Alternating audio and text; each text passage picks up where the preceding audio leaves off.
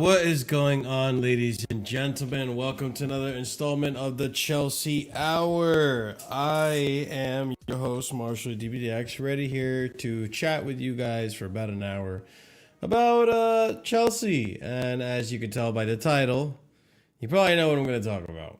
But before we do, ladies and gents, let's get right into it by telling you to smash up the like button on your way in. Also, be sure, this is way too high. First of all, let me fix this camera slightly.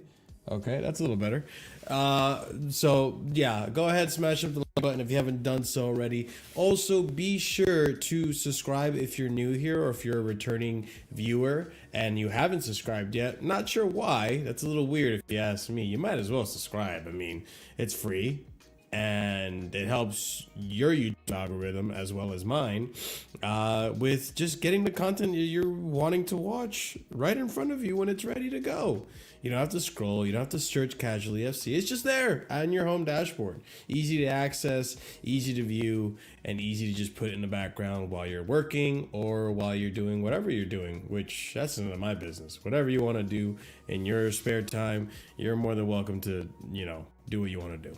So we'll start off the show that way. Big up to everyone in the comments section. Go ahead and leave your comments if you haven't. If you're in a chat, go ahead and leave a chat. Use your emojis if you're a member, all that fun stuff. If you're watching this in the future, big up to the comments section. Leave a comment down below. Let us know your thoughts on everything I have to speak about today. And last but not least, check out the links in the description and check out the memberships. 4 different tiers starting at 99p. So that wasn't the last thing. That was the last thing. So, yeah, guys. Oh, man. You know why I'm yawning? Because Chelsea had me tired, bro. Chelsea. Yeah, it just got me tired, bro. I ain't gonna lie to you. Chelsea, you make things so much harder. Pause. For a fan to really back you. And it's not an easy thing to do, being a Chelsea fan. It's not easy to back your club. Why? Because, it's easier to talk shit and disassociate and say, oh, this person's going to fail, this person's going to fail, oh, they're a flop, all this and that, yada, yada, yada. And then when they're not flops, no one's going to go back and look at your tweets. No one's going to go back and check what you said about a certain mandem. Maybe if you're a big account, yeah, they will, but you're not going to go back. So it's an easy little thing to get away with from time to time for you frauds out there with your agendas. On the contrary, if you say something overly positive, it gets clipped and people clown on you for it. So there's that. Why? Because when things are going well and you're happy, you're not thinking about all the negative shit that was said before. But when things are, going negative and you spoke so highly, you get clowned on because, oh, we're in a shitty time. And you want to point the finger and blame and fucking riot and all that fun stuff. Yeah, like so. No, not like that. Well, like that too sometimes. That's how I want to feel when I get shit right, which we'll see what happens, but more like this. Yeah, that's Ryan, yeah. That being said, that's besides the point. I wanted to take a moment to discuss the whole Nicholas Jackson situation with you guys, because obviously ever since the whole spiel with getting sent off with the fucking George St. Pierre fucking elbow, MMA elbow, we just had an MMA fight on the weekend, you know, that Dariush or Belial, but I listen, I don't care about the guy. I thought he was a fraudulent fighter anyway. But that Belial elbow and shit, yeah, that's what that was about. That's what Nicholas Jackson did. So, anyways, in terms of that, I truly think that we have questions now about Nicholas Jackson, rightfully so. And those questions are, you know, do you keep him or do you sell him? And before I even touch on that is, guys, did you know that the VAR audio was released for it? Let's go over it, because very much like we all assumed is exactly why he got sent off. So let's go ahead and get into this. So, pardon me, VAR. So he's running at speed. He looked at him, and then he leads with the elbow into the face. Okay. And obviously, that's exactly what it was. He was running at him. He looked at him, and then he looked back at the ball last minute before he just elbowed him. So it looked really obvious. And as far as I'm aware, up until this point, we have not heard anything from Nicholas Jackson, which is fine. I don't think anything can or needs to be said at this point. An apology, people are going to lambast you for an apology. People are going to lambast you for not saying anything. So I think it's just better off just keep your silence. Eventually, this will fall to the wayside. People will ignore it. People won't even remember it. Especially if we make Champions League, people will forget it even happened. And we move on. But regardless, my opinion on Jackson afterwards. So VAR asks if he looks at the player first, doesn't he? Yeah. And assistant VAR says he looks at the player first, doesn't he? So they're both in agreement that he looks at the player first. And then he says, yeah, so here, straight into the face, he looks at him. And then lastly here, VAR making the call. So we're saying that that's more a violent act than just leading with the arm reckless. Yeah, there's no intention to play the ball. He just looks at the player all the time, and then, well, not all the time, but all the time, and then he leads with the arm with force and catches him in the face. And that's how you get your violent conduct call, ladies and gents. Good job, VAR. You did your job. Good job. So yeah, that's essentially how it went down, and Nicholas Jackson gets himself from a yellow converted to a straight red for violent conduct. And listen, it makes sense. And I know people were showing us, and I am actually tired, guys, so bear with me. I know people were showing off like other calls and shit. And I said this on the show, and I said this in the review. Like, what annoys me about the whole situation is Jackson's stupidity. Obviously, that annoys me. But also, like, let's be real. What annoys me is also like the inconsistencies that we constantly continue to have to face with the Premier League when it comes to shit like this. And it's just fucking annoying because there are other situations where VAR clearly sees it. We see it on the TV. These things get replayed. So why can't it be replayed for VAR? That's the part that always confuses me. So it's just like, if we see it, then VAR should be able to see it, and we should call back these kind of calls, especially if it's violent conduct. That's the part that makes no fucking sense to me.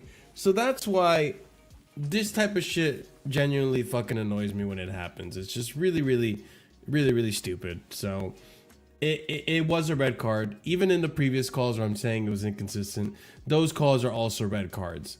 And as they should be. This is dangerous, man. You're essentially trying to knock out the player. God forbid you do knock out the player and then he fucking falls to the ground, hits his head in a certain angle, and you fucking kill the guy. It's dangerous. It's dangerous. So it's deservedly a red. There's no ifs, ands, or buts about it. Like I said, the only benefit of the doubt I can give you is that maybe you thought you wanted to see if Botman was there. You thought he would jump, and he didn't jump, and you still caught him. But yeah, no, it's inexcusable. So yeah, Nicholas Jackson, your time here at Chelsea is looking a bit bleak, especially because we have Matt Moretto came out and said that there's multiple clubs interested in Nicholas Jackson, which I'm not surprised, guys. Like, let's be honest. Let's be honest. Set aside the agenda for just a minute. Nicholas Jackson is not a bad striker. Or not a bad player, I should say. He's not a bad player. He has his issues, obviously. His shooting technique isn't great. It's gotten better, but it's not where it needs to be for what we need at Chelsea right now, which is a finished article. He has temperament issues. There is a bit of an issue with him in terms of AFCON duty. That's also something to play on. But he has a temperament issue. And when it comes to this player, one thing that's annoying about the whole situation. Oh my God, sorry. One thing that's annoying about the whole situation is that it's also coming at a time where it's like, bro, last season when we needed you to step up and score a goal, you failed to do so in clear-cut opportunities when it came to Man City in the FA Cup. We had a chance to beat that Man City team, and we failed to do so because Nicholas Jackson was being a little silly on the touchline, and unfortunately couldn't finish the chance. He wasn't a finished product then. He still isn't. You forgive it, you get over it, and then you come to this season where he starts off absolutely scintillating, by the way. Like, let's stop forgetting that. Let's stop having recency bias. And I always say this, you can't just look at one part of the picture, you got to look at the whole picture. Like, a season isn't defined by what you do in the last 6 games of the season.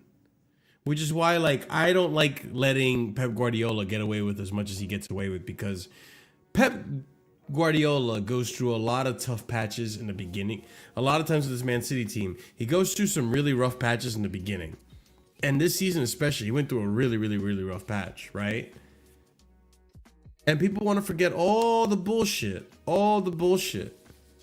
that he did prior to maybe the last 10 games where he turned it around. Like Vardio right now. Like, people want to praise him for playing Vardio at center back. Motherfucker, Vardio's always been a center back. And he's been fucking around with Vardio at left back, only to find out, like, oh yeah, I can put him at center back and my defense will shore up and I'll be able to get results because my attack can at least get goals here and there. It's silly shit like that. So I like to look at the whole picture, not just recency bias or all that shit. Because if we were going off of recency bias as well, then Pochettino should have stayed. And we all know, me and you both know, Pochettino did not have a right to stay at Chelsea. When I look at the whole picture of Jackson, and when I'm being honest with myself, I know there's a good player there. You know there's a good player there. You know there's a player there that can do good dribbling work. You know there's a player there that has pace, right?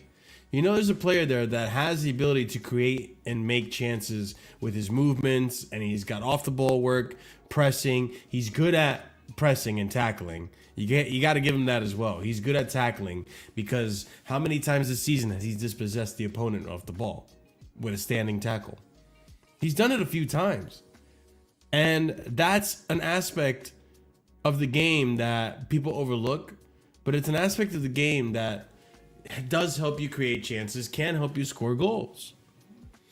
So it's not like Jackson is completely useless. He's not.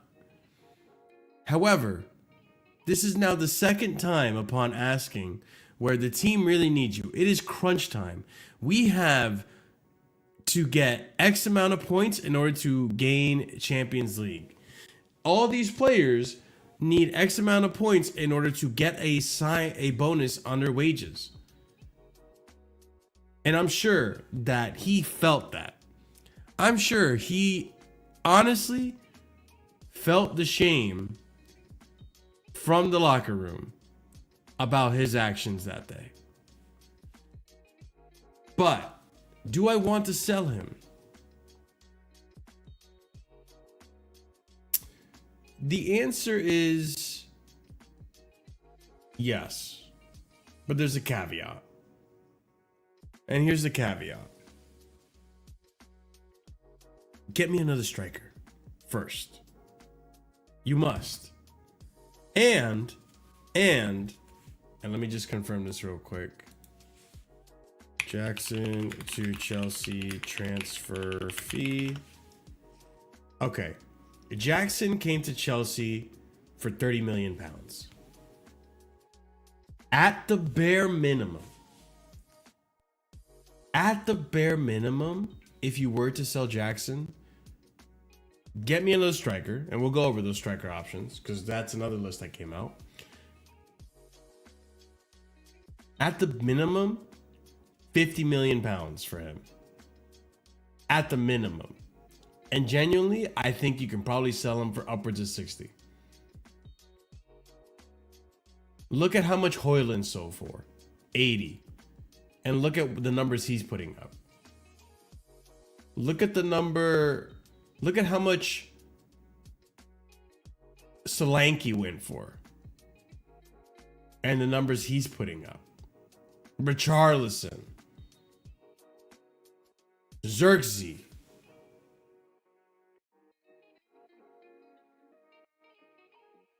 Darwin Núñez. Kai Havertz. Gabriel Jesus. All those numbers. And you want to sit here and tell me that he's not a better striker than all of them? And those guys went for a good chunk of money. At 60 million, at 50 million for Jackson, that's a bargain considering the shit prices that are out there for a lot of strikers. Look at how much people have paid for strikers recently and look at the output. It's not near what you're going to get for a Jackson. Jackson in a shit season has given me 10 goals. What has Xerxes done in a shit season? What has Højlund done in this shit season?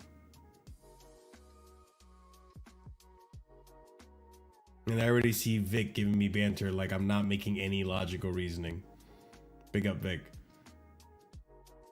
You know what I'm saying is right. You know the market for strikers right now is fucked. And we're seeing clowns go for a lot more than what I'm asking for Jackson, who you know has some talent and ability. And who's giving me more goals than the majority of the guys I just named. So I don't think it's unreasonable to ask for at least 50 mil when Atalanta asked 80 of United, when Solanke went for 60 to Spurs.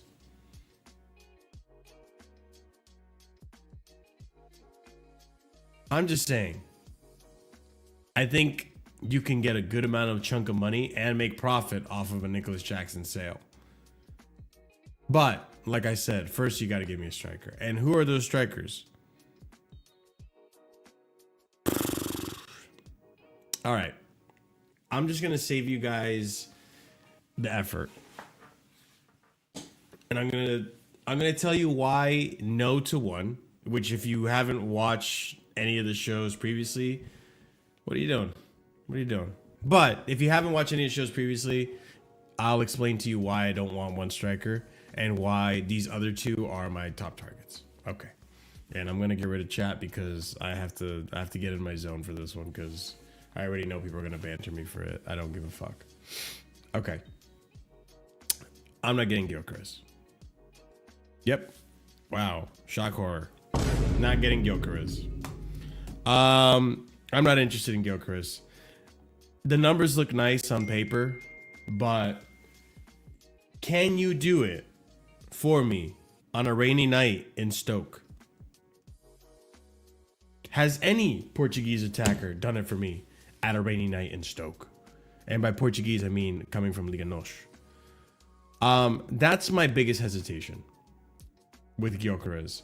Now, I know with Gyökeres is a bit of a caveat because he has played for Coventry for, what, 2 seasons, I believe? So maybe, but even then, I remember hearing people saying, he's from fucking Coventry. What the fuck are we doing going for Gyökeres? He's from fucking Coventry. We're not a serious club, all this and that. We were linked with Gyökeres from, I believe since Potter time. So the Gyökeres links aren't new. They've been around for years now. And back then, he only had Coventry under his belt, and people thought we were clowns for even considering it. But now that they see the output, now that they see the vision that they couldn't see back then, now they want it. Well, now the price costs more. Now you got to pay a premium because he's established himself. Cool. He's also established himself in a league that has continuously shown that these strikers do not translate to the Premier League. Darwin Núñez, or these attackers I should say. Darwin Núñez is the biggest example of this. João Felix is another example of this. Gonçalo Ramos, who right now at PSG ain't doing a fucking thing. Let me tell you right now, he ain't doing diddly squat. And he was highly touted. And the list goes on. I'm sure you can find him if you look hard enough. I don't really want to. I'll let you guys decide on that one. But for me, I need someone that has shown me they can do it in multiple leagues and isn't gonna destroy. Well, I'm not even gonna say destroy the bank. Like, I don't think Gyökeres destroys the bank at all. I think he's a pretty reasonable amount of money, but is he the guy? I just don't know. I don't want to take that risk. I don't want to hype up a player like Liverpool fans hyped up Darwin Núñez and then be stuck with the Darwin Núñez. I just don't want that. The same way some of you fucks feel about Bundesliga tax, I feel about Liga NOS tax when it comes to attackers. So if you want to sit here and tell me, oh, I don't want Gittins Bundesliga tax. Oh, I don't want, I don't fucking know, name, Musa? No, not Musa. What's the other guy's name from that team? The striker from Dortmund. God damn it, I can't remember his name. It's okay. It's just Gurasi. That's the one. Gurasi. And Gurasi is not even from. He is from Dortmund, isn't he? He plays for Dortmund. Gurasi. Yeah. I was right, guys. Thank you. So yeah, like, I'm just not trying to hear it anymore about Liga NOS tax, Liga, La Liga tax, and Bundesliga tax. All this BS, man. Like, you can't have rules for thee and then not rules for me. Like, everything has to be fair. If you're gonna have Bundesliga tax, then Liga NOS tax exists too. And you know what? I'm not having it. I'm not having it. No, I'm not taking that risk. However, I will say, my first choice is probably an obvious one that most of you agree with, Victor Osimhen. Listen, with Victor, can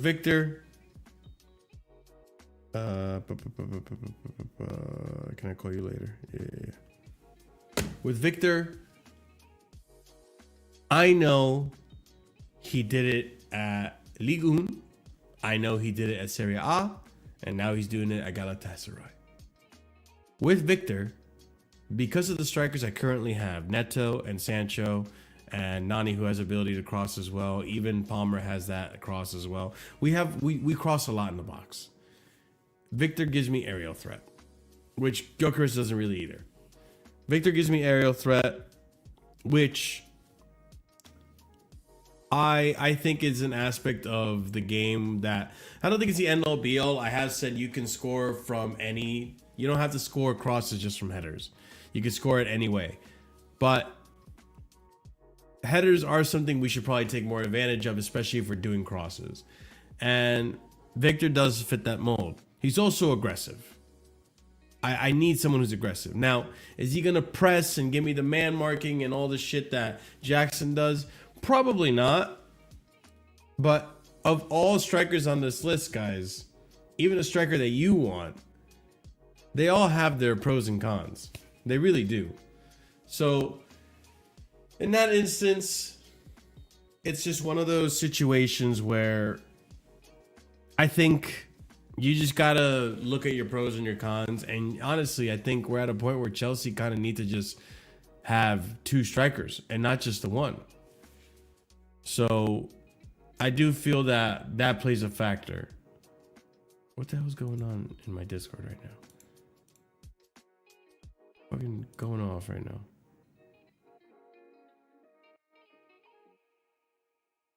Okay. That's weird.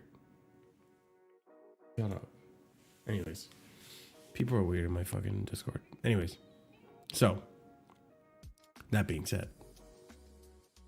I do believe that outside of Victor Osimhen, I think Liam Delap is a good choice. You guys are I already hear it. I already hear it. People are already saying it. People already like,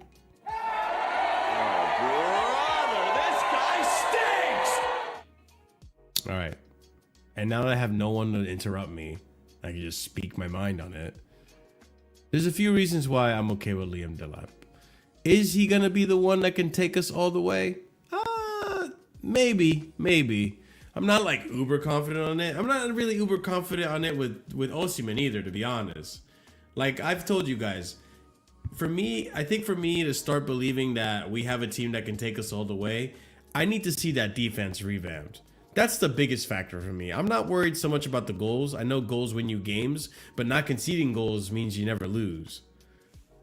And I just don't want to lose over stupid shit and conceding stupid goals. I have a Levi Colwell who's, half the time he's putting on a stinky performance and rubbing his pussy and just like, oh, ref, why didn't I get a yellow, ref? You didn't call a foul, ref. Okay. That's him in a nutshell. Fofana is injury prone. He might as well be made out of fucking dry twigs. Tosin, bro, Unk, you've been so up and down all season, man, and you have not stepped up to the level you should be stepping up on. Buddy Shealy is still looking for his form from 2022 or 23. Axel's a right back apparently, so I can't trust him. He ain't a center back. Aaron Ansomino is learning how to speak French as we speak. So like, I need that fixed up, man. I can't keep going next season with another shit defense and a goalkeeper at that too. Because God only knows Robert Sanchez once again can't catch a ball, can't pass a ball, can't do anything but smack a ball around because he likes smacking some balls around when it gets close to net. So yeah, man, it's fucking blasphemy in that back. And I understand that our attack isn't perfect either. We definitely need a striker. But like, fuck me, man. We can get goals from other positions, but we can't get defenders to defend. So that's where I'm at with that. But in terms of Liam Delap, here's why I think Liam Delap isn't a bad choice at all.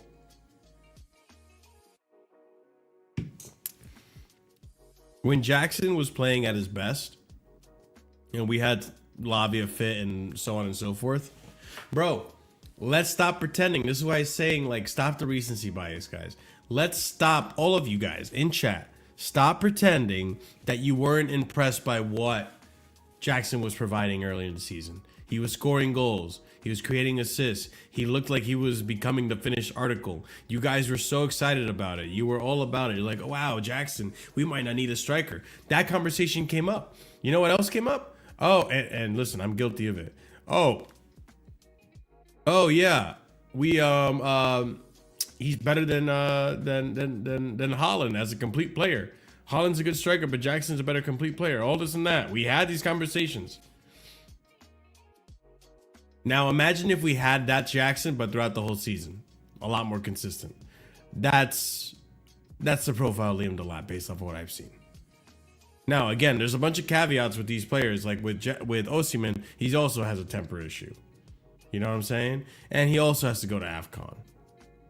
He also can't stay fit because he has had a little bit of an injury record.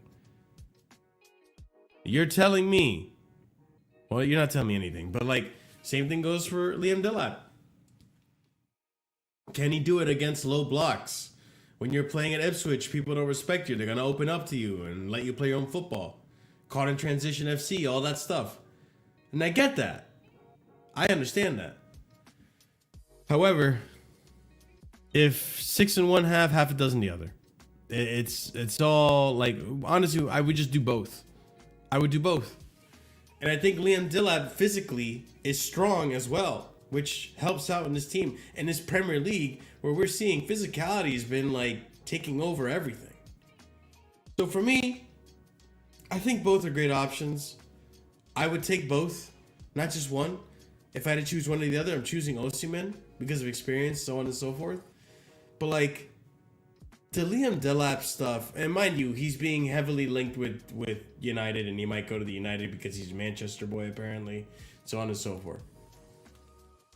But we need to stop pretending that because a player comes from a different fucking team or a lower league team that they're not good. Like, have we forgotten that Ivan Toney came from Brentford, and Brentford were never necessarily the most highest prestigious club in the world?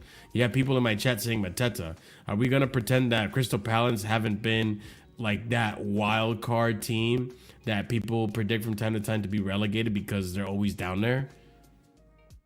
Like, it's just double standards, man. Like there's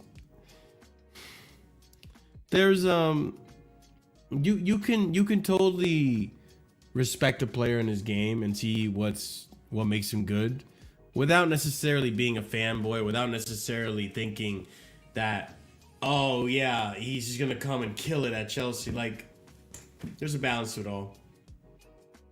But yeah, Liam Delap I think would be a good option. Just because he's in a team that's getting relegated doesn't mean he's shit. I mean, Patrick Bamford was a player that people wanted for a while, and he scored a crazy amount of goals when he came up from Championship, and now look at where he is. You know, Rafinha came from that same team. Undiscovered talent, and now look at what he's doing. Calvin Phillips was scouted by Man City. Or not scouted, but Calvin Phillips was snatched up by Man City. Like, relegation teams can have good players, people. It's not just the good teams or the teams that aren't in relegation that have good players. And I think Liam Delap is a good player. He scored, 11 goals? More than Jackson in a much shittier team. He doesn't have a Nani giving him a cross. He doesn't have his Jadon Sancho dribbling the ball inside to him. He doesn't have Reece James crossing the ball on the ground across the box. He doesn't have these things. What happens if you give him the tools? Well, motherfucker, you better fucking cook. So that goes for both of them. Liam Delap, on one hand, I think he fits the system a little better. Osimhen, I think he is a different type of system, a different style of striker, but I think having both as an option to change depending on the game and what the game demands of, it's a no-brainer for me. Just get both. Just get both. But yeah. Let me grab an energy drink real quick, guys, and then when I get back, I'll just because I'm fucking exhausted, and then I'll read your chats real quick. I feel like I should play something while I'm away. I think I can, but I don't know what. Should I play like the famous clip? Yeah, you know what? I'm gonna play this because Prime has not shown up for quite some time now to take accountability for his hot Jorgensen takes. And so he can hold that. Next week against Shamrock Rovers, he'll ball out there probably because Shamrock is shit. And you know, and then it's like, and then we'll see him in probably the third round against Complete ball. all this disrespect against Shamrock Rovers. When you guys don't beat us, Marshall, I deserve a segment. Okay. When you guys don't beat us, You will we get play a on segment. Thursday, right? You will not I'll like be- the okay. segment you get. You will not like the segment you get. Nick. You're going to disown Shamrock and play it off. Like, oh, I'm glad my team won this. I'm glad my team beat Shamrock. I know what you're going to do. Surfer, you don't know. Regardless of what the result is, by the way. Regardless, it's going to be. Oh, I it's know going what to the be. results are going to be. We're going to absolutely destroy you. Okay, you know what? Can we do score Shamrock is predictions? gonna be Shamrock's gonna Marshall, be a Marshall. 20v1. If you know what that means, you know what that means. So I want it on And record. then- I want it on record of what you guys predicted. 5-0. I'm gonna say 4-0. Oh wow. Okay. All right, Sam. Yeah. Probably a 3-0. I'm gonna be real with you. Chris. Chris. 7-0. Okay. What did you say? 7, why not? Yeah. Oh, wow. Yeah, Okay. Hey. 9-1. 9-1 Marshall, you. 4-1. I'm just Oh, gonna change my okay. scoreline. Oh. Quickly. Prime, I'm gonna change my scoreline. I'm gonna say 21. Realistically, I think we will.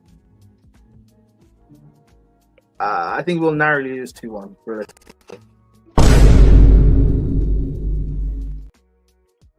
Hold up, Brian. Okay. Anyways, let's read your chats, guys. Let's read your chats. Let me go back to where I left off before I went on to this. Okay. Big up, JC. Hello, Marshall. Jax also makes inconsistent runs into the final third. And lastly, his link up with Palmer is gone. I can probably agree with the latter half. That might be true. I honestly don't think his offsides thing has been much of an issue. Like, guys, it was a problem with Werner. It was a problem with Jackson. It was a problem with Lukaku. It's a problem with Holland. It's a problem with strikers. It's just people don't understand that some teams play an offsides trap. Like, strikers are very well aware what the fucking offsides is. Okay, you don't make it to this level of competition without knowing what an offsides is. Anyone that tells you that, or even like says like, oh, he doesn't know what offsides is, doesn't know what the fuck they're talking about, and they're being extra. Like, they know what the fucking offsides is. But what happens is in those moments of concentrations or lapse of concentrations, they just slightly shift forward. We play an offsides trap all the time. In fact, part of the reason Liverpool scored against us in the first game was because Reece was slightly delayed in the offside trap. Or Levi, one or the other. One of the two. One of the two was delayed for the offsides trap. People play offsides traps. This is a thing that happens. It's professional football. It's part of the rules. You use it. So this idea like, oh, he doesn't know offsides and shit. Like, no, he does. He's aware of it. But he's fucking fast. And it's a little harder when you're fucking fast as shit to not get caught in an offsides trap. Especially Liverpool, who defensively, they are one of the best defensive teams in this league. They have a Virgil van Dijk who has a lot of experience. And what have they done for years? They've played the offsides trap because they play a high line. It's part of the tactics. So this whole offsides thing is like, it's so overblown in my opinion.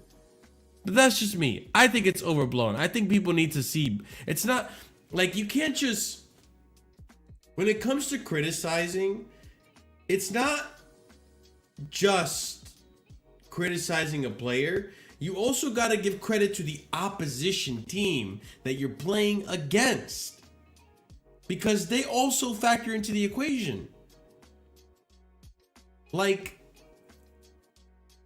let's just say, for example, the recent UFC fight, for those of you guys that are into UFC. It was Volkanovski versus Lopez. People can say Lopez sucked at the night. But on the other hand, you could say, yo, Volkanovski was on fucking fire and he was beating the shit out of him. And he knew how to do the 5 rounds.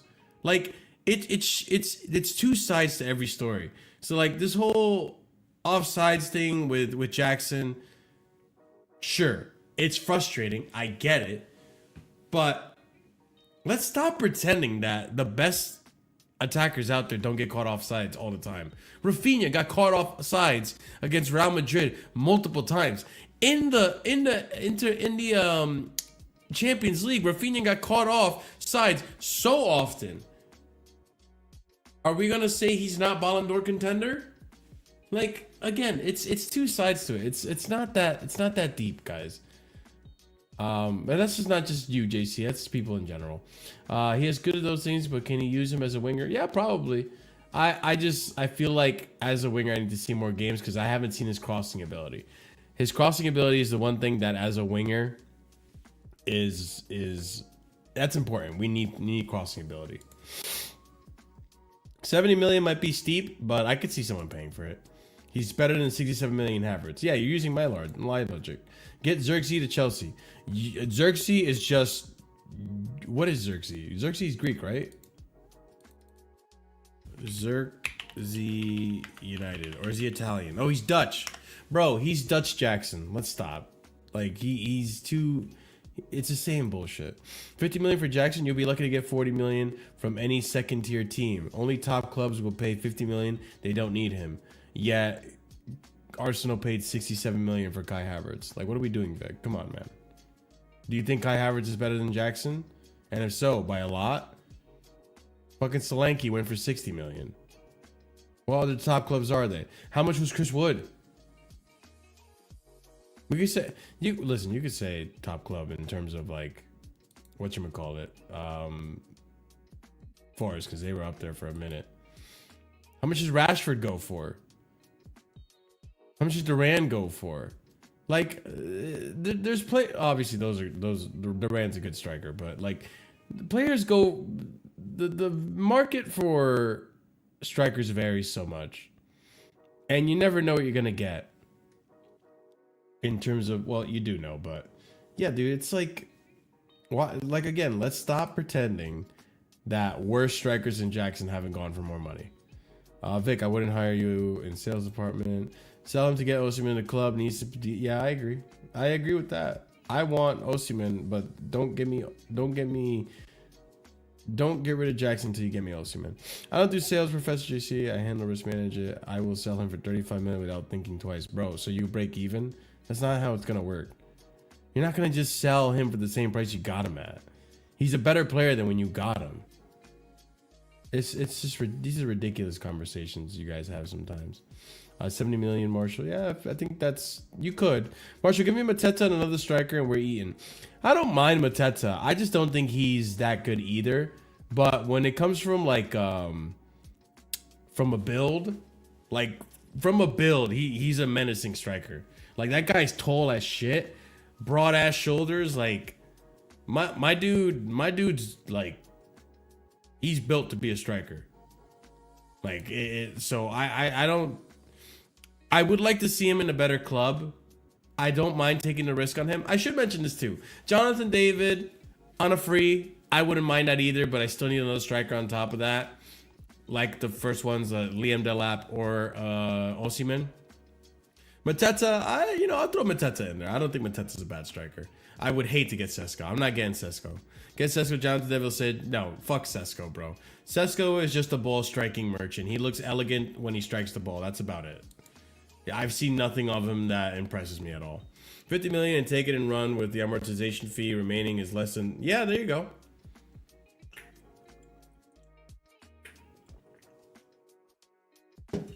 There's no excuses anymore. Marshall about to chat some nonsense. I probably already did, bro. Sorry. If he's not a loss and a replacement is sorted, do it. Yeah, sure. Remember, we were linked with Mokoko. I don't know whatever happened to that. Did Mokoko just like fall off the face of the earth? Did he get an injury or something? Grassy. Big up, Jabo and Lil. The most lazy explanation on someone's flopping is X-League tags. That's what I'm saying, man. Listen, I genuinely do believe that there is a Liga NOS tax. But when it comes to Bundesliga, I think we just recruited the wrong players. It's just the way the cookie crumbled.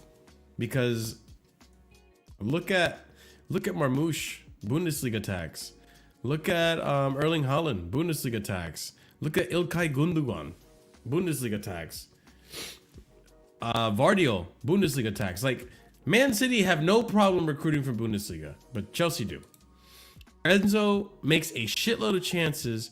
Palmer makes a shitload of chances. Neto has the most accurate crosses in the league. Osimhen will score 20 plus easy. I agree. I agree with you, bro. Still Jackson, 40 million pounds, and sign Mateta, and then go Osimhen as number 1. That's a win. Yeah, I would agree that's a win. I would personally try to sell Jackson for 50 million, but that's just my 2 cents. At least with the 40 million, you make a profit because you got him for 30, 35 or 30. I forgot what I looked up. Osimhen presses center backs too. More of a battering ram than Jackson. Yeah. Let Delap go to Man United. Bro, if he goes to United, he will cook. I will guarantee you he will cook with Bruno Fernandez's chances. Listen, I don't rate Bruno like that, but Bruno Fernandes, he can give you a good chance from time to time. I mean, they need Højlund has been so frustrating for them because Højlund will get chances and he just sucks. He is pathetic in front of goal. So you get Liam Delap, who, mind you, has a good striking technique on him and physicality. He's not a bitch. Won't just fall on the ground, which he did against us. Funnily enough that I say that. Won't just fall to the ground at every touch. You know what I'm saying? Every time you touch, I get a penalty. All right, anyways. I would rather have Osimhen and Pedro from Brighton. Oh, João Pedro. I don't know about João Pedro, to be honest. He's had a season this season. Even what's his name? Mateta? No, not Mateta. Who? Guys, I'm so bad with names. The Japanese winger. I can't believe I forgot his name already. He hasn't had the best season either this season. Sorry guys, I forgot the guy's name. Mitoma. Oh, I was kind of right. I said Mateta. All right, I was close.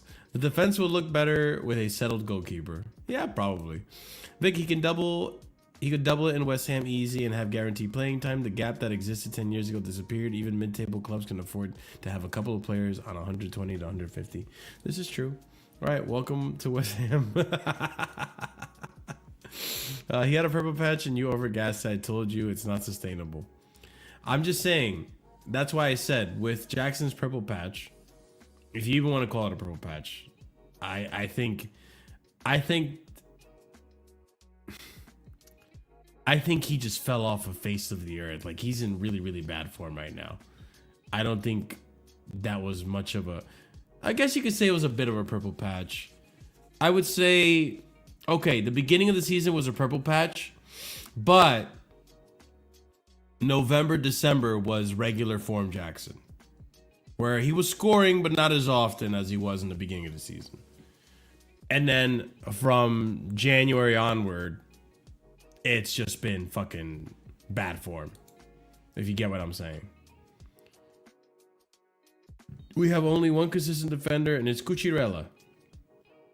Yeah, you're not wrong. I'm fine with keeping Jackson and getting just Osimhen over him. The question is, will Jackson be okay with that? He's gonna have to be. His attitude problems and ego can be a good case for Oxford psychology student. Both of them have an attitude problem. Let's be real. And Osimhen, I wouldn't doubt has an ego. But yeah, Jackson will have to just hold that, bro. You had your chances.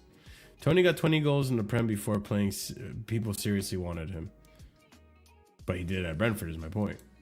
Like, it's just people hear Ipswich and they're like, ew, Liam Delap. And it's just like, no, just because he plays for Ipswich doesn't make him a bad player.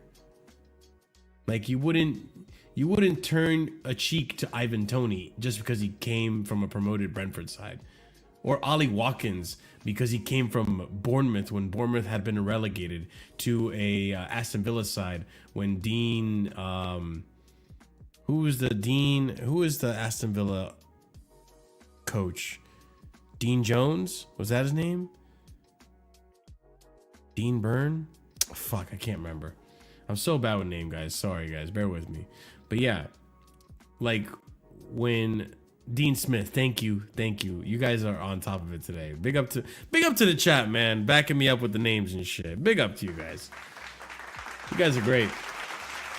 Yeah, like when fucking Ollie Watkins joined Aston Villa under Dean Smith when he came from Bournemouth, no one was saying like, oh, fucking Ollie Watkins. Like, no, there's a good player there, and now we're seeing it. Like, do I want Ollie Watkins at Chelsea? Not really, because they're gonna charge an arm for a leg, and I feel like Liam Delap gets me the same exact kind of profile or a similar kind of profile with a lot less money and a lot less wage demand.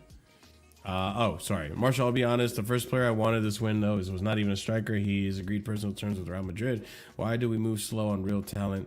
Yeah, I guess so. But listen, let's also be honest. Like, these things were happening way before this was even reported. Because we have a Club World Cup, and that's got to get done ASAP. Professor JC, you pretend like we had a chance. Nah, not against Real Madrid. We don't have a chance. He's in Spain. Like, he would love to go home. If we get Delap, we need another striker along with him. I agree. Rafinha was on Leeds that finished 17th, and now it's contending for Ballon d'Or. So I'm telling you, man, just because they come from the shit team doesn't mean they're shit players. It can't be Jackson and Delap. I wouldn't mind Jackson and Delap as long as Delap is getting the starts. One or the other and another striker. But yeah, in an ideal where I want both. Has Delap even scored with a header? That's a good question. I don't think Delap doesn't help us with our aerial abilities. That's the another downside about Delap. So yeah, yeah, that's true. Ghost Portal report says if we make Champions League, both Gyökeres are on the list. Both Gyökeres are on the list. I guess you mean both Osimhen and Gyökeres, or what's his face in Gyökeres. I was speaking about offside. He simply doesn't move in the box, mostly missing at crosses. This is true. Question: would you take selling Jackson if we got? Yeah, of course. That's kind of what the show's been about, to be honest. He is missing in that box, never there. Yep. Doesn't even make sense. He doesn't run offsides like Werner. Does he actively stand offsides like an idiot? No, but like, let's be real. Like, strikers always like to cheat. They like to cheat that high line as much as they can, because like, I think one thing as a striker, for me personally, like, I'm not a striker, but when I did get to play striker, the one chance I always want is the running behind chance, one-on-one with the keeper.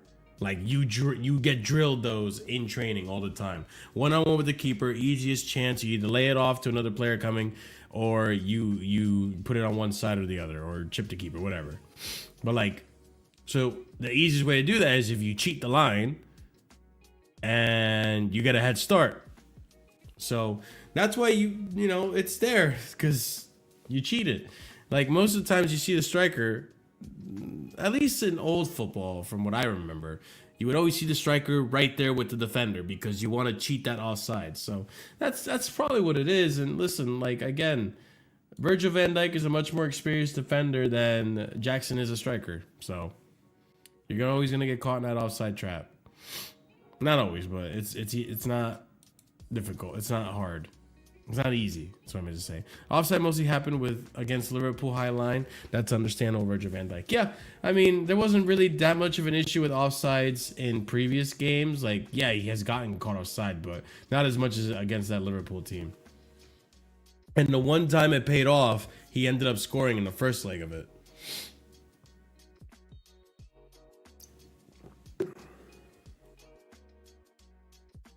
I don't think it's that crazy, though. I don't think it's as crazy, Jabo Lou. I really don't. I'd be interested to see the stat on how many times he's been caught offside this season alone. Actually, that might be. Let's look into it.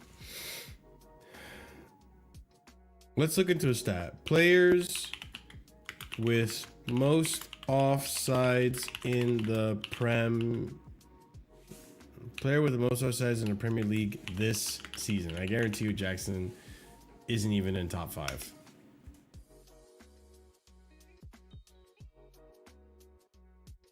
Called it. Oh, fuck, he wasn't offside. He is in top 5. Fuck. Okay. So Dominic Calvert-Lewin with 27 offside calls this season. Jamie Vardy with 27. Chris Wood with 26. Nicholas Jackson with 23. And Isak with 20. Evan Nielsen's there at 19, Mateta 19, Mohamed Kudus 18, Mohamed Salah 17, Alanga 16. So like Isak is really close with him, and Chris Wood is really close. Isak and Chris Wood, who have both had better seasons than Jackson, have close amount of offside calls to them. And it's just the game. You're gonna get caught off sides if you're a striker. It just happens. I'm surprised. Where is Erling Haaland on this list, bro? Has Erling Haaland not been caught offside that much this season? I don't even see him on here, bro. But also, does Erling Haaland really play like... Marmoush has got 9 on here.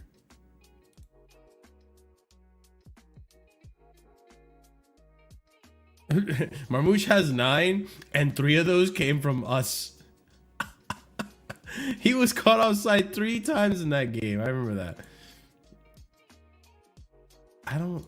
I must have missed it. Like, I don't see Erling Haaland on this. Yeah, never mind. Fuck it. You know what? I can just do it by club. Let me just do Man City real quick. Erling Braut Haaland, 4 times offside this season. I don't think he actually plays like... They don't play counter-attacking football. I don't know. That's actually interesting. Interesting little observation there. But yeah, these guys get caught offsides all the time. That's not that deep. It's nothing like the Timo Werner numbers. The Timo Werner numbers were insane.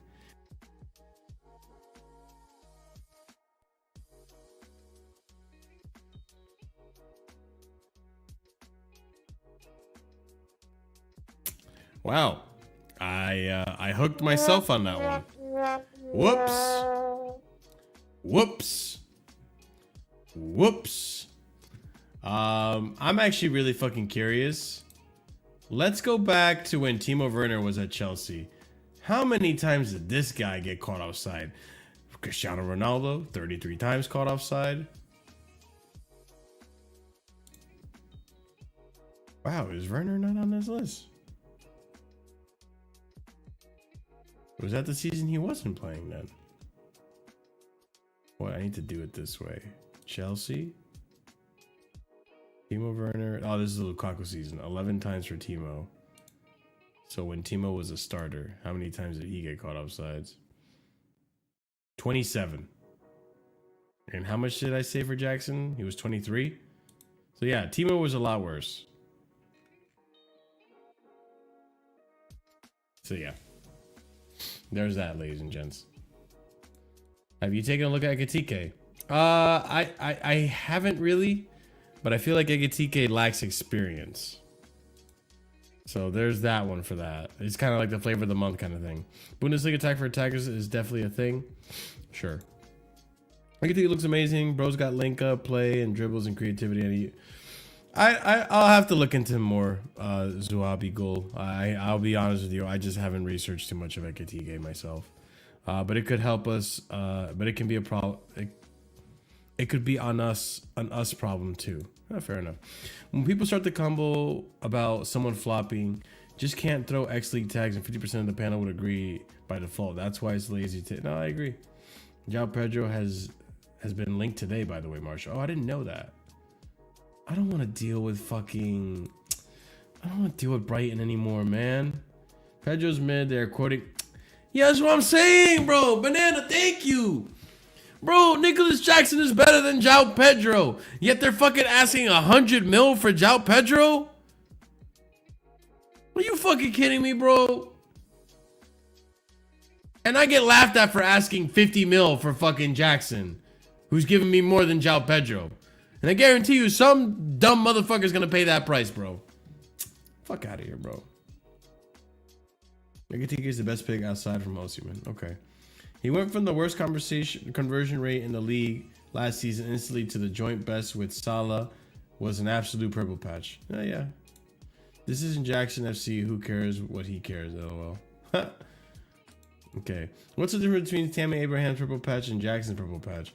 Jackson is probably longer. It probably was, and on top of it, it was against pretty decent amount of teams, like good teams.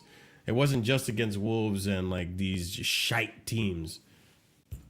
So, but I mean, that's not a bad argument, Banana. It's actually not too far off in terms of similarities. Actually, it's actually a lot closer than people think.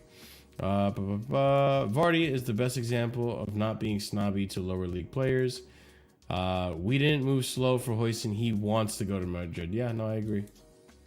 Delap has scored with a header, but hasn't done so a lot. Yeah, I had a feeling he's probably scored with a header, but it's just not his forte.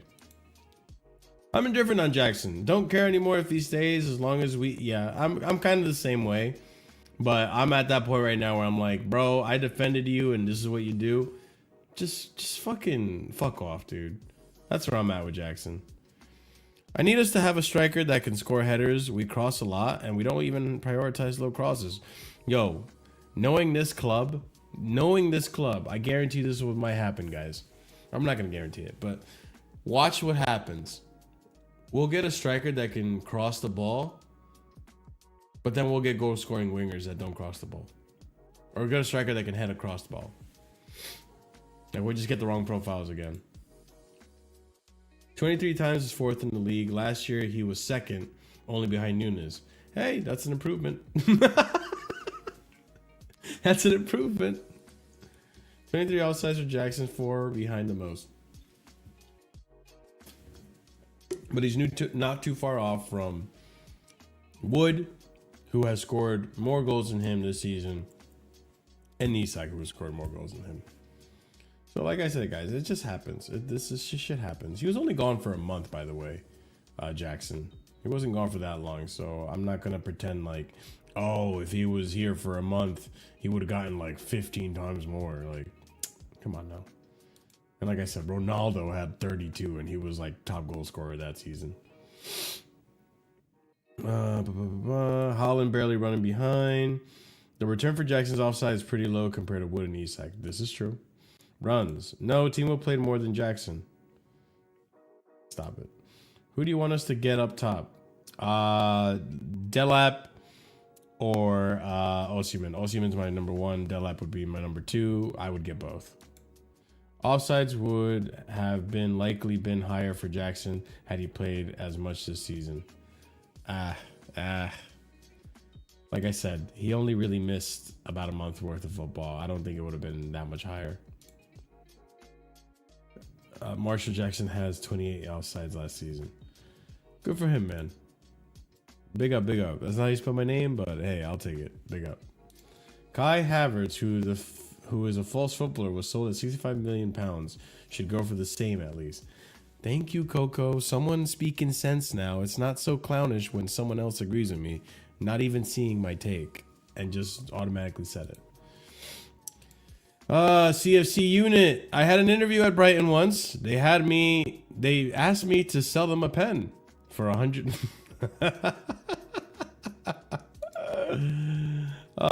Shit. I have a feeling Sesko is coming. Bro, if we get Sesko, I'm going to be upset. I genuinely... Listen, is there a good player there potentially? Potentially. But I don't want potential anymore, man. You were close to signing Osimhen. Just try again and get the deal done. Just try again. That's all you gotta do. I don't care if it took you 3 windows as long as you actually get it done. Just you're close, dude. You have fucking Mikel twerking for the guy. Like he's doing the work for you. Just get him. It's a layup. He wants to be at Chelsea. If you get Champions League, you'll have the wages to cover it. If we don't get Champions League, then fuck, bro. Maybe that's why we don't get him. But I really hope we can get some players off of the books to free up the wages so that we can actually still pay the wages. So, like, I'm saying, as a fan, I'm thinking there's a way to get Osimhen done. There is a way to get Osimhen done. Even without Champions League. You just have to figure out a way to sell Chilwell and or Raheem Sterling. And those are your wages right there. You're already making profit with those wages on the books. So just figure that out and then you're good. That's the way I see it. If you figure that out, then those wages can be put towards Osimhen. And he doesn't even want over 300K a week, I believe. I think he wants just under 300K. Somewhere around the same that we're paying Reece for. So I just do it. it's not that much of a loss, and it's not like you can't load off a player that's around 250, 280K. Like, you could, pardon me, you can still sell that player on. You know, you could cut your losses. So I think it's doable, man. But I think it's almost guaranteed we can get Osimhen if we get Champions League. Man, and at that point, it's just on the fucking board. Marshall, are you confident Friday? If you can't beat our kids, sack Maresca. Well, I already said if we don't win Conference League and we don't make Champions League, then I'm probably Maresca out, to be honest. Prediction for Friday? Yeah, I'll get to that in a second, guys. I'll get to it in a second. I know I've been taking forever just chatting up with you guys. You guys have been chatting back, and I've just been giving you my take on Jackson. Delap choose, but I don't want him, please. Give him good money so he can change his mind. I don't want to give him good money, but I would say we'll take him. You guys could use him more than we can, to be honest. Well, Xerxes, when he's fit, he's not that bad, but you guys need him more than I do. I remember Chelsea tracking Sesko since we were in the UCL last time. Yeah, please. No Sesko. I don't want Sesko, man. I want Osimhen. Just see Mikel's smug face. Yeah, that's what I'm saying.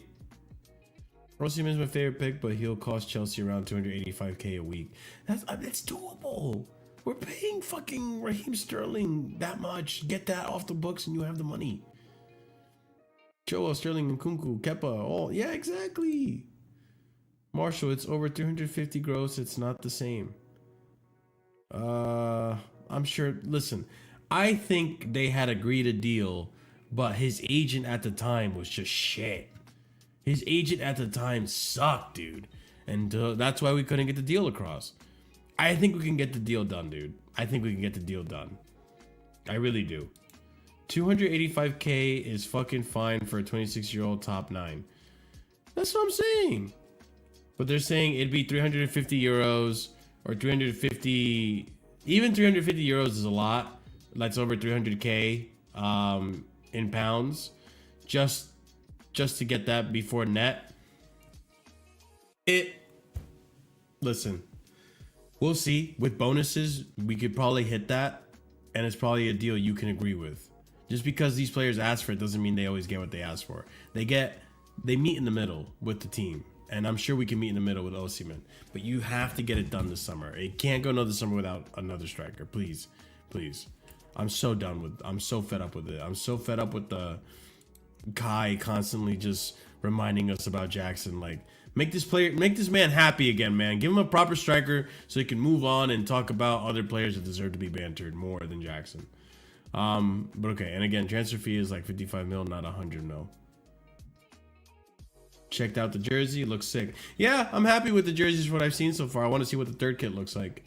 But yeah, let's talk about Friday.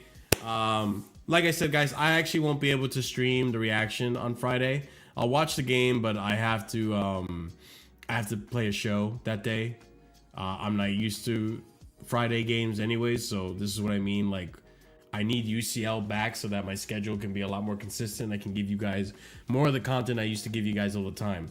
The Thursday schedules have been shit, so it's been so fucking hard to get you like a proper Casually Chelsea show and so on and so forth. This is the first season I've actually struggled to get you guys this show consistently, and it's because of these Thursday football matches. They fuck me up. So, yeah, I'll try to get that to you guys hopefully next season if all goes well. But regardless, back to Friday. And there will be, and I'm planning on having a Casually Chelsea show on Sunday. So be on the lookout for that. Your 3-hour podcast that you guys like to watch. That was like my bread and butter. My numbers haven't been great since I stopped doing it. And I keep needing to do it. So we'll have it back on, I promise. Okay, let's talk about the upcoming games. For me, we win them both. It's that simple. Listen, before this run of little games that we had, y'all motherfuckers called me deluded. And now you're seeing that it's very doable. You understand that football is footballing. And not everything is as straightforward as people think it is. Like Southampton just caused Man City to drop points, and now they're in that little title fight. God forbid they lose their next two. God forbid Newcastle lose their next two. I don't think they will. Then they're out of the top 5. Like this is a top 5 race, not a 5th place race.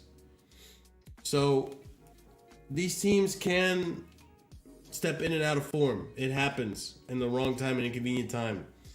Villa, who were out of the picture, all of a sudden back in the picture with just 2 games.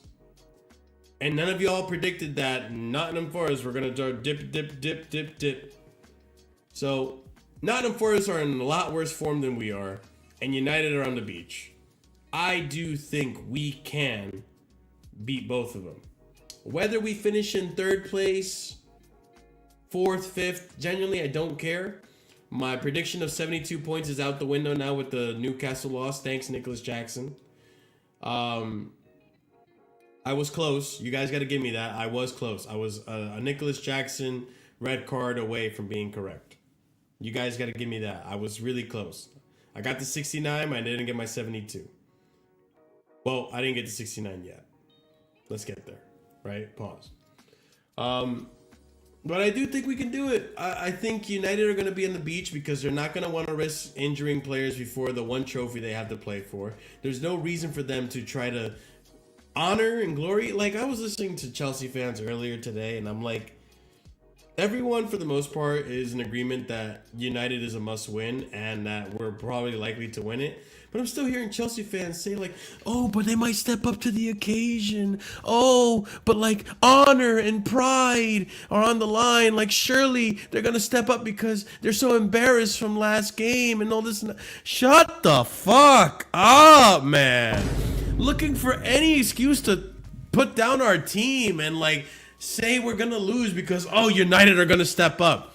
No, they're not, dude. They're on the beach. They've been embarrassed since fucking January. They gave it up. They gave it up. They're done. Their season is finished. They're thinking about where they're gonna fucking go to after United because they're so fed up about being in a team that is this embarrassing right now. Amarim is being considered being sacked, and he hasn't even had a full season. So let's stop this gimmick about, oh, but they're gonna turn up against us and shit like that. Listen, I understand there's history there. Listen, I understand we are Charity FC. If there is a game that we're going to drop points, it would be this one. It genuinely would be. And I wouldn't be surprised if we actually beat Nottingham Forest and drop points in this one. But I think this team, as you saw against Newcastle, with 10 men, you had Steve on this channel himself telling you, you guys played much better than us in the second half with one less man on the pitch. You see what this team can do and how they stepped up. The mentality is there. The one thing that's not there is the adaptability in game. That we need to work on. That comes with experience. That comes with probably a better manager or a manager that learns how to do that. And I think we have the latter, unfortunately. Maresca needs to learn how to do that. But it's doable. It's doable. This team has stepped up. This team can impress us. Like I said to you guys, and you guys remember, I said it. What's stopping this team from going back to the form it was in before? It's funny too that I say that, and it's funny too that we're close to UCL, and I'm not seeing the faces that were doubting me anymore in my chat. Don't worry. We will be there. We will be there. Do not worry. I have the receipts. The ghosts in the chat. I will expose you. If we make Champions League. If not, I will expose myself out of here. But listen. We'll be there. Do you care though? We'll be there. We will be there. You disappeared, but I did not forget. I remember. We will expose you. Not even just you in the chat. Some of you in Twitter too. Okay? But I do think we win against United. I don't think they're going to play their best lineup. They're going to save their best players for Europa, and we'll go from there. You know, I do think that. If by chance it's still like a 0-0 game around the 75th minute.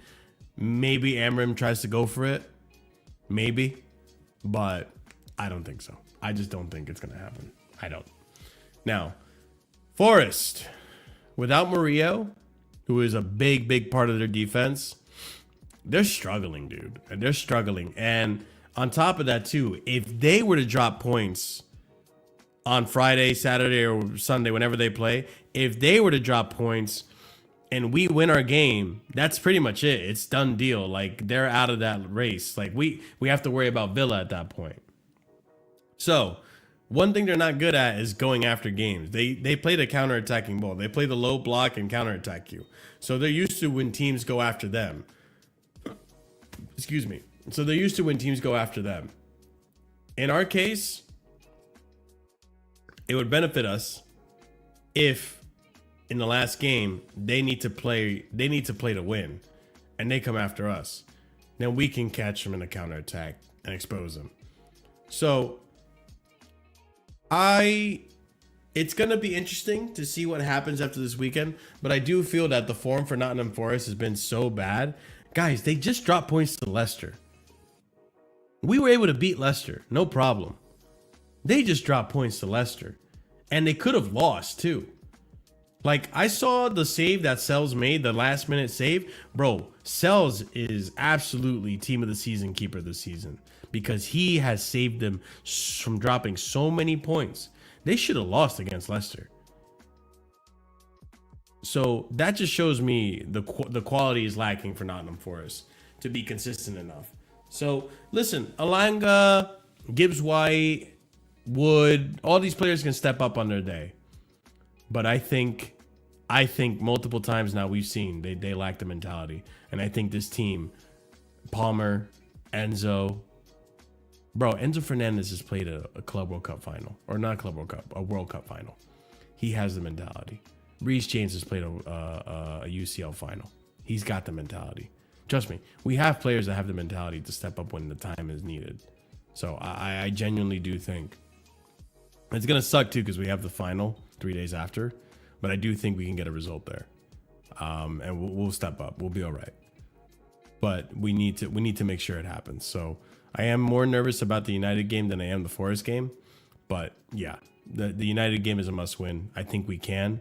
I think the team are up for it. I wouldn't be surprised if we score within the first 10 minutes and then try to continue from that. But we need to be focused. We need to be on it. Levi Colwell, if you can give me the same performance you gave me against Newcastle, same thing with you, Chalaba, minus maybe the minor error you made for the first goal, bro, I'll be so happy with that because you guys looked at your best. And I think they understand, we need to be on top of this shit. We cannot lose. We need to keep a clean sheet and we need to hope our attack get a goal. So, by all means, do your worst. But I do think we win these last two games, guys. And it's not looking as unrealistic as you guys were saying. Well, not you guys, but some of you guys were saying not too long ago. So we'll be back. We will be there in 2 weeks when this is all said and done. Actually, I don't know when the next Casually or Chelsea Hour show is going to be because next week is the United Spurs final. And then the week after that is our Betis final. There is a possibility I do it on Thursday, but I have a show on Thursday. And yeah, my schedule's just jam-packed. We might even have it on Tuesday. I don't know. My schedule's really jam-packed, guys. I have so many things going on. So I think we can win. I think we'll be fine. And we'll see. But let me read your comments real quick.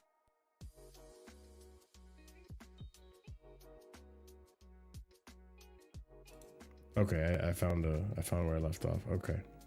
Here we go. And again, transfer fee is 55 mil, not 100 mil. Yeah, that's what makes Osimhen more doable. Okay, I did read this. Okay. I hope the Sox are actually blue. No excuse. Must win. 4 out of 5. 0 minimum. Yep. And Villa Spurs will be 15 minutes ahead, so we will be fully aware what we need. No game. No excuse. Yeah. Marshall, if we finish above Newcastle, I want a 1v1 with giraffe neck cushion from the other night. Are you talking about Pete?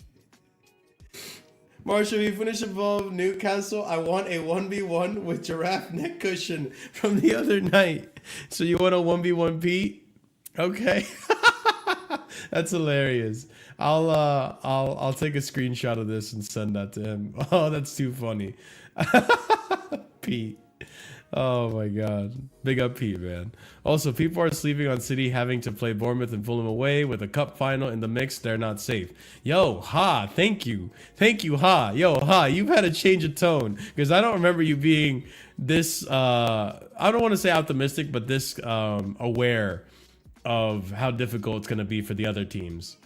But yeah, that's another thing too. Like, Bournemouth is not an easy game and Fulham is an easy game. I don't think those teams have anything to play for. Let me just check. Because as far as I'm aware, the top 7 is pretty much done. Like, there's mathematically, I don't think there's a chance for... yeah, Brentford are in 8th. And Brentford are at 55 points. So with 6 more points, Brentford could get to 61. And Nottingham Forest are 62. So European spots are pretty much sealed. It looks like to me. I think we only have one Conference League spot, and we only have one. I mean, they're not easy games, but I don't think those teams are probably gonna show up much, unfortunately. But they're not easy games. I'll say that. Bournemouth and Fulham are not easy games. Maybe they want bragging rights over each other because they're right next to each other in terms of on the table. But yeah, Bournemouth have shown this season they've caused so many big teams to drop points this season. We're probably beating Man United, and I think we have gotten so lucky with results so far that we won't miss out on top 5. Well, yeah, it is also luck too. I'll give you guys that for sure. It's been luck, but at the same time, it's been kind of expected because this league has been so competitive this season. I'm weary as fuck. I don't trust our team to step up when they have to. I get it. We beat United and Forest. Big up. I'm not scared of United. I'm scared of ourselves. We love to stoop down low to Man United's level when we play them. Yeah, that's the thing. Complacency plays a factor. We think we're too good. They're so shit we don't try. Jackson is a DEI hire, bro. I'm convinced no other explanation how he made it at Chelsea as a starter. This is why we need Osimhen, so Kai can just stop talking about Jackson. I feel like there's not a single day that passes by, except for maybe yesterday, where I hit up Kai and he does not bring up Jackson. Like,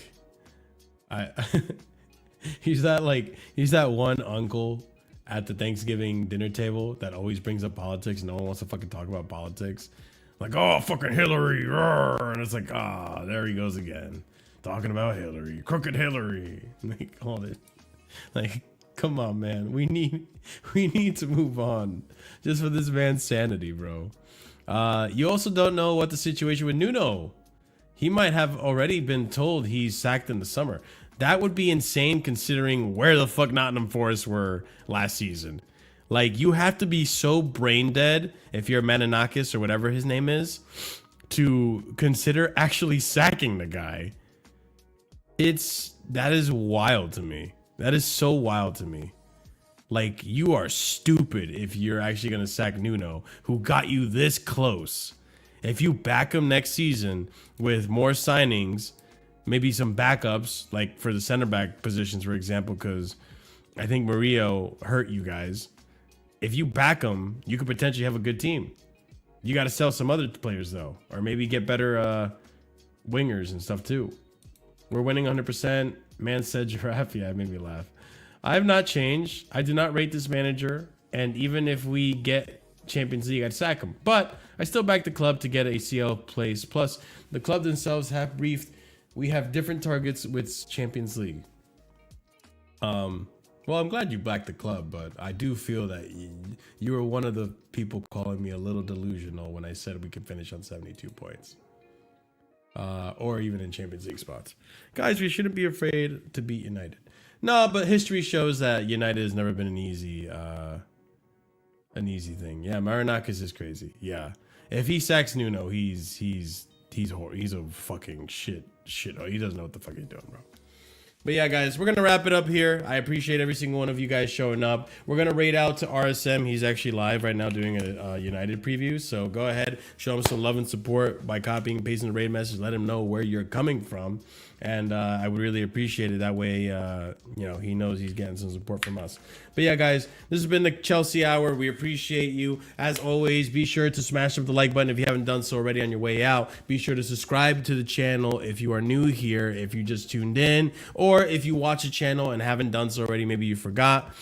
Go ahead. Go ahead and check that out, guys. Also, links in the description for my content, as well as my music and stuff. Like I said, I'm not going to be able to do a preview, or not a preview, but a review of the United game this Friday because I'm playing a show, a live show, because I'm a singer of a band and my music is available in the link in the description through my link tree. So if you are interested, go ahead and check it out. It helps us out too, to stream that music. It's available on all platforms. So YouTube, all that stuff, whatever you listen to music on.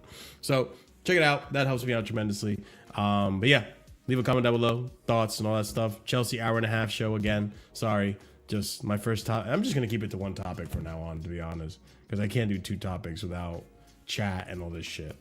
And then lastly, ladies and gents, memberships. 4 different tiers starting at 99p.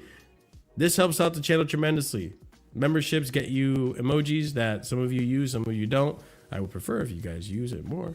But hey, I'm going to get you more eventually. It's just the way YouTube works is weird. It's not like Twitch where I can put as many as I want and then all members can have it. YouTube is weird with the way it does it. It's like the more members you have, the more emoji slots you unlock, the more emojis you can get. So, hey, if you want to get more emojis in the chat, more memberships helps us out tremendously, all right? But shout out to our proper casual tier members and higher. It's going to go out to Daniel, TM127, EE, Dark, Adrian, and A. Solomon. Big up to you guys. Appreciate it. But big up, Kai. Bro, my fault. He's that shit. I'm waiting for my flight. He's on my mind. It's tricky. Yo. Yo, Chelsea, please, for Kai's sake, it's 3 a.m. Give the man a striker so he doesn't need to think about Jackson and he can sleep 8 hours a night. Optimal health, optimal fitness. All right? Please, just give us a striker. If not for Chelsea, for Kai, okay? Big up to every single one of you. Have a wonderful night. See you over on RSM stream. Stay casual. Peace out. Good night.